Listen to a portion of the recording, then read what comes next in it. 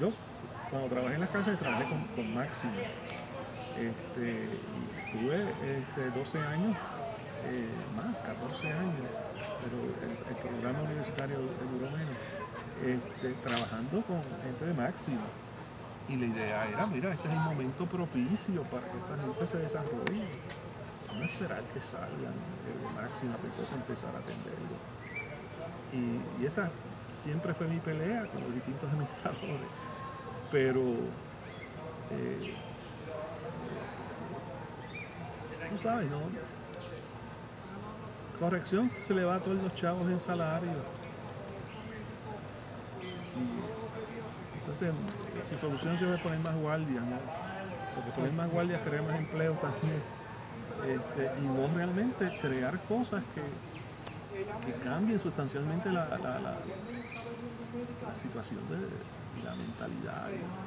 El volver a esa filosofía de tapar los distintos rotitos y poner parchitos y simplemente no ir al grano Entonces yo creo que se debe acabar con esta cosa de penalidades infamantes, ¿no?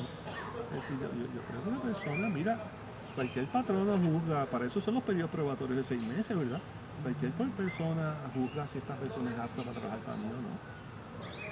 Pero que desde el primer día le nieguen la oportunidad diciendo, no, este estuvo preso, no puede ser.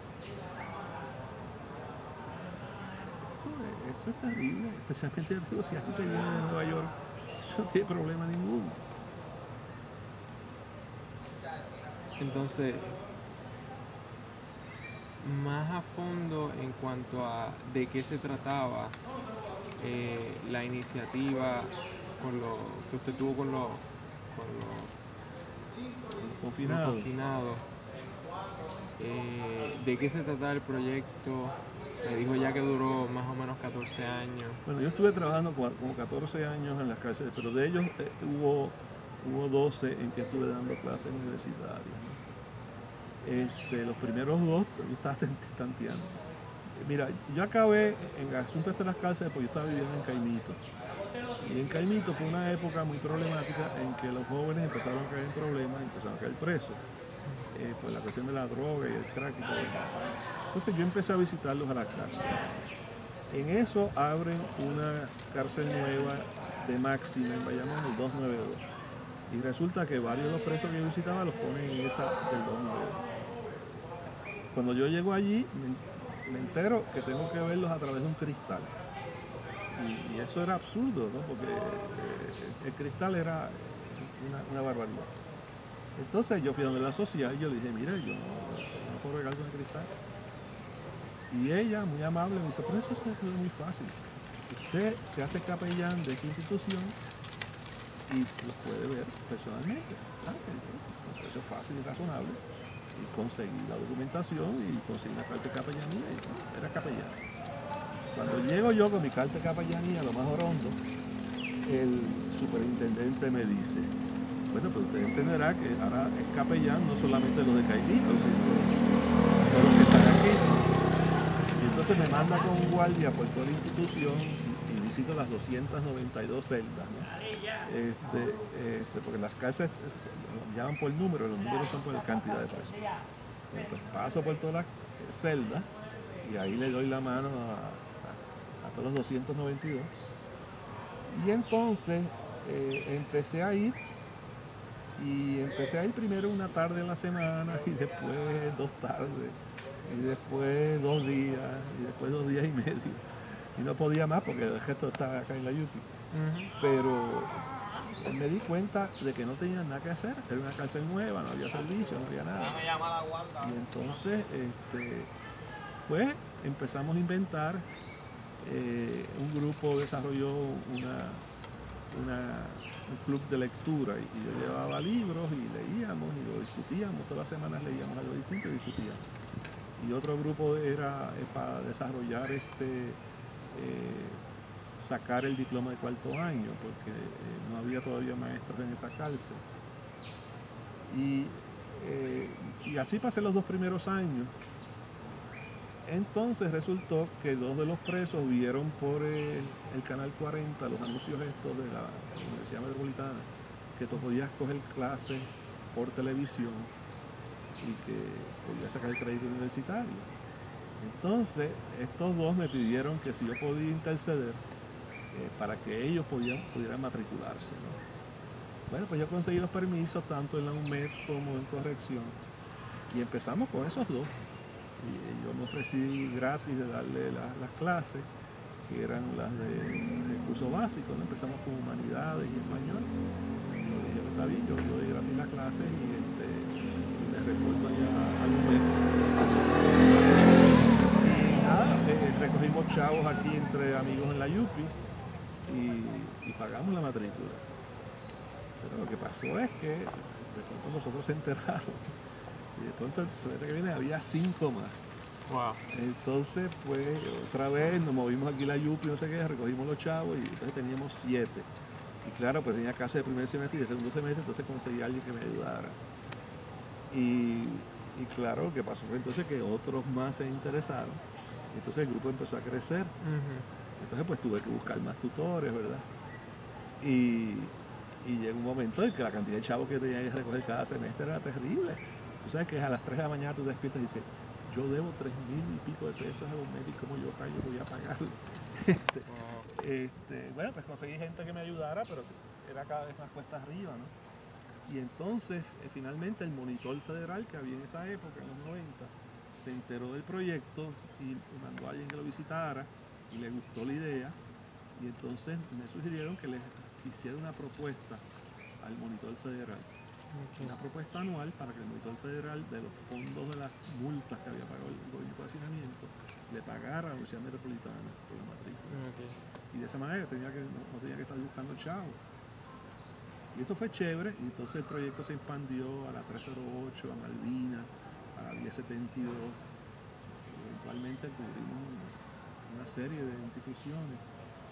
Y fue chévere, la verdad que fue una experiencia maravillosa. Pero básicamente lo que estábamos dando eran los cursos básicos del bachillerato de la UMED de comunicación en humanidades, que era pues todos los cursos básicos clásicos, más una introducción a la filosofía, y historia de Puerto Rico, cosas así. Y eso pues entre el grupo de voluntarios, muchos de ellos estudiantes graduados de aquí de la Yupi, o si no, compañeros jóvenes de la facultad, pues dábamos todos esos cursos. Y el problema fue el éxito, que el programa se movió tanto, que entonces la UMED se interesó. Y decidieron ellos expandirlo hacia Ponce y hacia Guayana, con sus propios profesores. Pero entonces el juez federal se espantó, porque de pronto la UMED estaba cobrando $800,000. Y el juez federal dijo, no. ¿Sabes? Ellos daban como de 30, 35, $40,000 al año. De pronto eso a 800,000. Entonces el juez federal dijo que no podía ser, que eso era una cantidad demasiado grande. Y digo, la UMED mandó buenos profesores, eso me consta, mandó muy buenos profesores a Guayama y a Ponce. Pero el problema era el costo, ¿verdad? Y entonces, pues la UMED y el juez federal pelearon y yo pues, el juez federal me propuso que mantenerme con los míos, con lo que yo tenía, ¿no? En ese de 35,000 pesos al año más o menos, ¿no? Pero era la UMED la que acreditaba los cursos, ¿verdad? Entonces yo, con la UMED peleaba con el juez, pues tú sabes, era incómodo para mí. Y ahí fue donde yo cerré. Y dije, no está bien, no continúo. Y seguí yendo, pero ya de visita y eso, no. También los estudiantes que yo tenía, pues ya habían pasado a otras instituciones, algunos de ellos habían salido, 2 de ellos siguieron cursos aquí en la Yupi. Ya pues estaban en otra etapa y yo pues ahí lo dejé. Para mí fue un experimento maravilloso, porque de pronto esta gente empezó a abrir ventanas, ¿verdad? Además yo les llevé conferenciantes y eso le llevé una cantidad de conferenciantes enorme. Cada vez que alguien me preguntaba, yo le invitaba a que fuera a ver y diera una conferencia allá. Entonces le llevé gente chévere, desde Jaime Benítez y Ana Lidia Vega y Wow. Silvia Calderón, Rubén Berrío, Antonio Martorell, Rosa Luisa Márquez,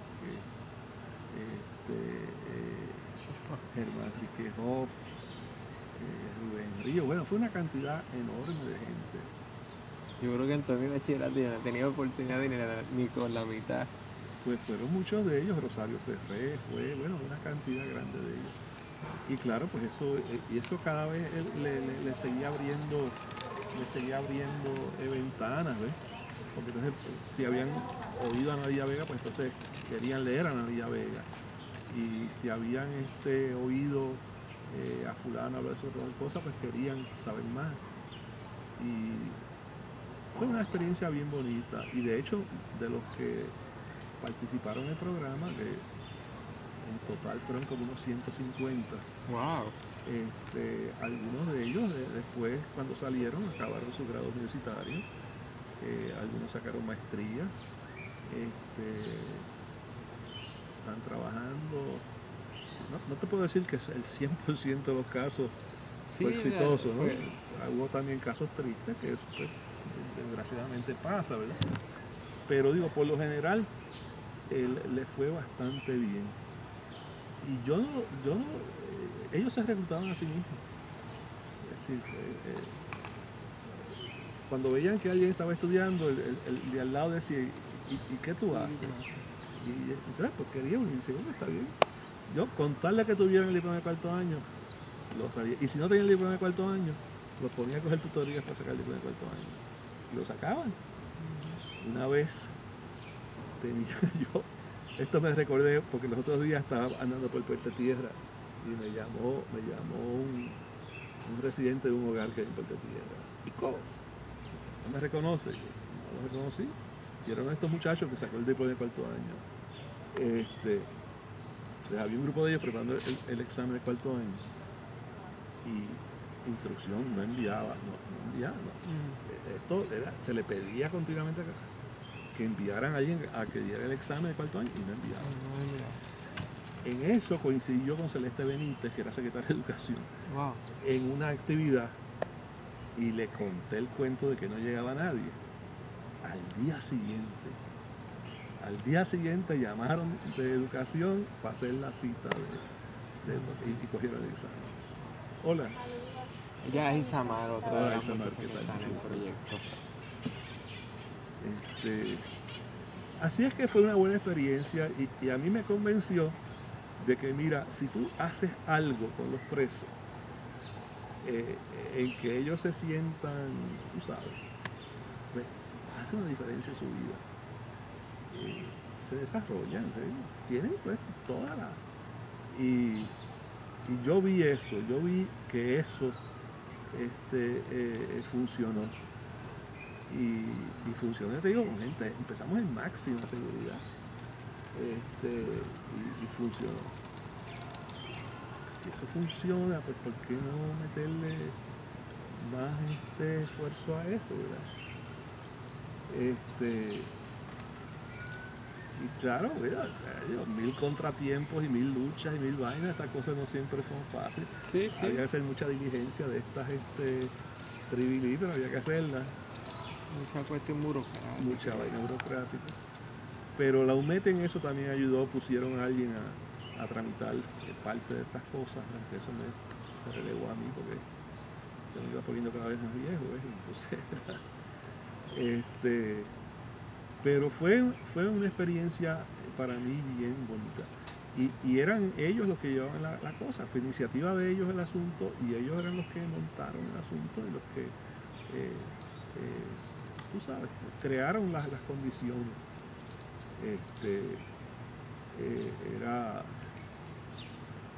Y claro, pues hubo que haber muchísimas negociaciones, ¿no? Recuerdo el segundo semestre, uno de los nuevos del segundo semestre, entró en crisis cuando estábamos leyendo la Ilíada. Entonces viene y me dice, Pico, yo no voy a leer eso, porque eso está lleno de dioses falsos, y yo soy cristiano, y yo no transo con eso. Y yo dije, rayos, ¿qué hago yo con eso? Entonces, dio la suerte que me encontré con Jaime Benítez aquí frente a la biblioteca ese mismo día. Y tú sabes, Jaime Benítez fue el que instrumentó la cosa en general. Y yo tenía alguna confianza con él. Digo, mire, don Jaime, me pasó esto. Entonces dice, eso te pasa por meterte en esta cosa.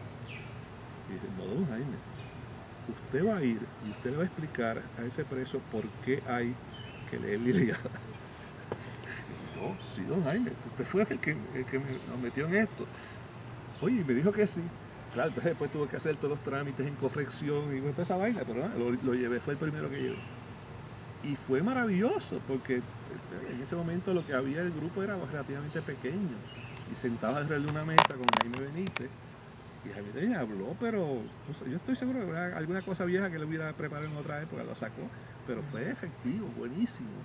Y olvídate que eso, entonces de ahí yo cogí luz de eso, caramba, si Benítez puede hacer esto, pues lo puede hacer con otra gente, ¿no? Entonces empecé a llevar a otra gente, empecé a Analía Vega y Germán Enrique José, por ahí, Rubén Berrillo, a Rosario Ferrer. Cada vez que me encontraba con alguien, lo zampaba, ¿no? Y entonces, pues claro, eso le daba mucha vida al proyecto, porque ellos se entusiasmaban con estas cosas, ¿no? Conocer toda esta gente, Antonio Martorell, por ejemplo, eso fue maravilloso. La vez que Martorell fue un lío, empapeló toda la cancha en la cárcel, empapeló toda, los puso a todos a dibujar. Fue maravilloso, fue una cosa casi mágica. Pues entonces yo pienso, y fíjate que toda esta gente fue voluntario, nadie nunca cobró nada. Empujó ni nada porque Todos fueron voluntarios, ¿no? Sila Calderón todavía no estaba en política, es decir, ella había sido secretaria de Gobernación y estaba en la empresa privada, y me la encuentro yo y le eché el gancho, y fue a hablar, y se sentó con la mesa con todos ellos y estuvo hablando sobre qué hacía del día a día la secretaria de la Gobernación, cómo se gobierna Puerto Rico. Pues yo me levanté y fui a buscar unos refrescos y una galletita que siempre se daban al final de la actividad, y ella pues se quedó hablando con ella, y volví y traje los refrescos. Cuando salimos me dice, qué caras tan dulces, yo no me puedo imaginar ninguno de ellos haber hecho algo malo. Dime, ¿por qué están presos? Digo, Sila, todos son homicidas. Y me dice, ¿y tú me has dejado sola? Y yo le digo, nunca en la vida va a estar más segura que con ellos. Pero, y ya todavía se recuerda esa vaina.